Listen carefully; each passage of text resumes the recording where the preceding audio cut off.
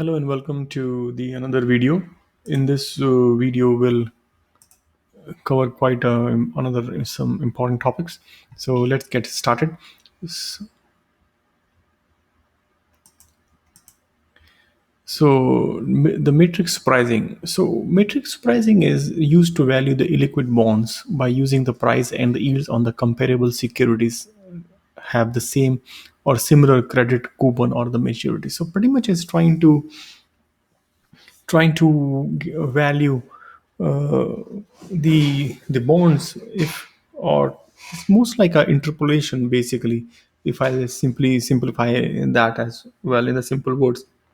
Because if you're trying to value the bond, you'll say, okay, I don't know how to value this bond. You'll see go corresponds to the let's say the 3 year bond, and it's giving the some coupon. You don't know how to value that. You'll go for 2 year uh, uh, bonds, find its trying to find its yield to maturity, go to the 4 year one, trying to find, and then do somehow average it to takes these try to find the yield and do the value the bond, right? So that's how it is. So let me give you one example. Although in the learning outcome they only said describe, but I think this is a good to know topic as well. So for example, let's take I prepare this spreadsheet. So we need to find the value. Let me make this bigger a little bit. Okay, we need to find the value of the bond X. uh, 3 years maturity is going to be 3 year, and it's giving 4% semi-annually coupon, right? So these are, and then so basically we want to find this one. So we are here. So 3 years and 4% coupon. So we go to the market and see, okay, for 2%, we for 2 year maturity we didn't find anything, but for 2 years, uh, 3% coupon rate, its price market price is going on 98. Similarly, on the 5% coupon rate for the 2 year maturity is trading at the premium. Similarly for these two as well. Now to calculate the price of this, first what we'll do, we'll calculate the yield. Whatever the market price on this one, we'll try to go and calculate the its yield to values, which can easily be done in Excel, or you can use the rate function. And we says, okay, for this one, all this given input, we can also it's easily be done in the calculator as well, right? Because we have the n is given, n is this one times 2 because semi-annually, and then face value is there, the market price is there, the coupon is there, everything is there. Then we compute the IR. Okay, nothing much fancy so far. The next step is, on each year we takes the average of his yield. So for year 2, I'll take, you see, the average of year 2, and the next, because I don't have anything 4, so I'll take the average of 5. Okay, if I have 4, then I'll go closer for sure. Then I need to find the yield to maturity, right? So what is it will be, so it takes the 2 year. Is, you see, this is just the interpolation, right? The This formula is here, but I'm just showing you here as well. So what's happening, so we'll take exactly 3.80, which is the 2 year average yield, plus the distance between the average of 5 minus this, right? 5 minus this. So whatever is the difference, we will take the percentage of 3 minus 2. So the 3 minus 2 and the 5 minus 2, basically, because we're just going 1 year ahead from 3, right? Because we already have up to 2, and this is the total spread, and we only want one spread, which is for 1 year, and add to the 2 year spread, we get 3.9317. And now we have all the figure there. So we got our yield to maturity, and we know with the yield to maturity we can find the bond price, right? We Because we have find the last missing piece. So once we plug this in the financial calculator, we'll got this value. So nothing fancy so far. So this is just a describe, but just want to show you how it can be done as well. Okay, so the next one is, it's might also often, right, when the annual yield of the bonds difference compounding period, right? So we have annual yield, but it's different by the compounding period. So as a rule of thumb, right, So either the interest rates are positive or negative, the stated annual rate, right, and the periodic cities are inversely related. So what it's trying to say, if the if it's say the rate, if it's 12-month rate, then the stated annual rate is low because this is high, right? But this, if this is annually, this is one, periodicity is one, which is lower, then for sure the stated annual rate is this high as well, which is also. And if you want to convert from one period to another, this is shown here as well, I think is better. So basically it's nothing.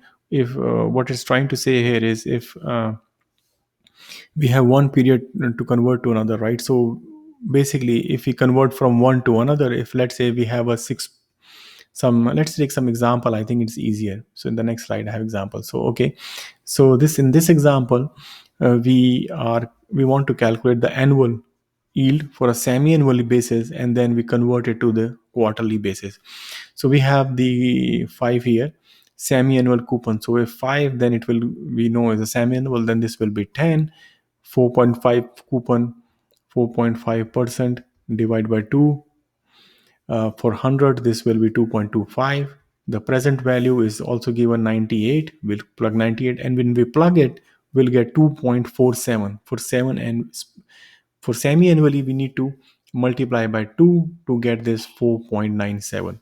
So if I go to the earlier formula, which is here, APRM, so this is nothing but 1 plus APR M by M, and then 1 plus APR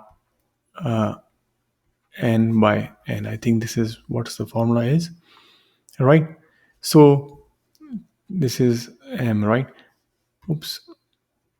So we know, so if we want to, now we have a semi-annually, and if you want to convert this to quarterly as per the quarterly periodicities, so here the periodicity is 2, here is 4, right? So as per here, the annual rate should be lower, right? Because there's an inverse relationship. So we should expect the rate should be lower than this rate, right? Because this one, the IR is 4.96%, right? Based on this. So basically, when we plug this all together, so here we say, okay, this is 4.96. And if we do semi-annually, so we need this rate for quarterly, right? For quarterly, when we convert, this should be equal, right? So when you solve this one, you'll get 4.93%. So we'll get this 4.93%. So as you see, as this periodicity is increase, the interest rate decrease. So the curriculum also go one step further and say this is not only true for the, if it is the interest rate is positive, but is also true when the interest rate is negative. So right. So for example, in the Germany, Switzerland, and Japan, about is for different country. So it's mentioned the yield is, for example, it mentioned there is 0.91.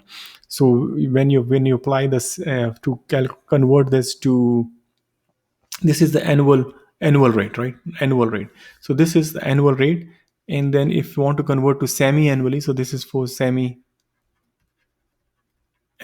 and this is for monthly, is the same formula, right? So divide by 2, is scale by 2, we'll get this. So this is 9.73, and this is 0.975, right? So it's saying the compounding more frequently within result is a more negative. So this means is higher. So this means when you do more frequently, it goes more negative, right? So that's why it's a higher. So which is true as well. So that's what it's mentioned here. So this is quite important. So next thing is yield measures for the floating rate note, right? So floating rate note, these, the coupon, when the coupon rate is set by some benchmark, right? That's what benchmark plus some reference, right? So that's the only difference here. The coupon is not fixed, in other words. So these are the floating rate notes. In the floating rate notes, when you want to calculate, everything is straightforward. So this is the how to calculate the price. So don't get this distracted. If you notice, if everything is same, right? So this is what? This is a face value, right? We use the face value, and this is nothing but the index and some quoted margin, and divide by 2, right? This is the frequency of the margin. So index this is a reference rate, and the QM is the quoted margin, and the discount margin is the downstate, is the discount margin. So rather than giving you, for example, here the fixed rate, let's say, or discount rate, it's just combine these two benchmark and solving this. So let's take the example to make it things easier, right? So for example, we have 2 years floating rate pay 6 month LIBOR plus 0.50 percentage, right? Which is 6, and LIBOR is 0.25. So it's pretty straightforward, right? In the numerator, so if the LIBOR is 1.25, what is my coupon first, right? So coupon is LIBOR plus zero point 0.5. So plus zero point 0.5 is equal to 1.75, right? This should I expect my coupon, right? Quoted margin. You see, and this is just divide and 10. So this is the rate, right? So and the my face value is 100, right? So and this is 6 monthly. So it's the same concept. So one, this is there, so you'll get the coupon rate. So you just, because it's semi monthly, you just compute divide by this 2, right? So you'll get that zero point 0, I think 75. 1.75 divided by 2 is zero point 0.875. So the coupon is 0.875%, right? So this is the percent. So think from this perspective, right? Rather than giving you this directly 1.75%, and then you do divide by 2 to do the semi-annually, it give you the two rate. Index rate, this is the index, and this is some quoted reference, right? How much you want to add on top of it. Similarly on the denominator as well, you will receive some code which is index, and then you will add something here to come up. So otherwise, once you have this two rate, the one, then you just plug and play, and the formula to price, it's the straightforward, right? Is no difference. This is the rate comes from here, and you see this rate is same everywhere. So again, so if we notice, the formula is not that not that hard, right? So the only difference is between how you compute the rate. It's not given, but you have the LIBOR plus you have some the basis given,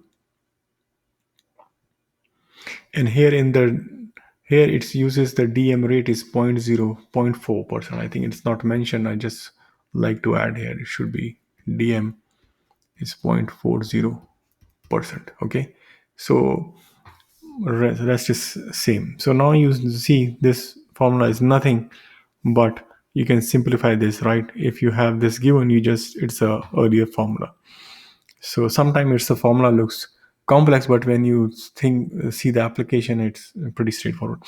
Okay, so let's take the next topic.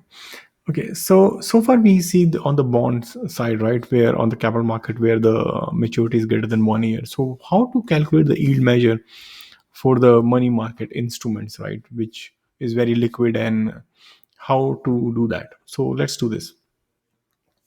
So some of the factors, these are annualized, right? But they are not compounded. So this is also good to know that money markets are not compounded. They are simply simple interest rates. So that's the key difference between, if somebody wants to know, okay, what's the key difference between the bonds and yield and the money market yield, right? So, okay, so one is compounded, other is simply stated. To calculate the pricing formula, this is the formula here, right, which is straightforward. So basically this is the future value, how much you will get, and then how many days you want to keep it. This is the duration in terms of days, and then DR is nothing but the discount rate, right? And then you'll get the present value out of it.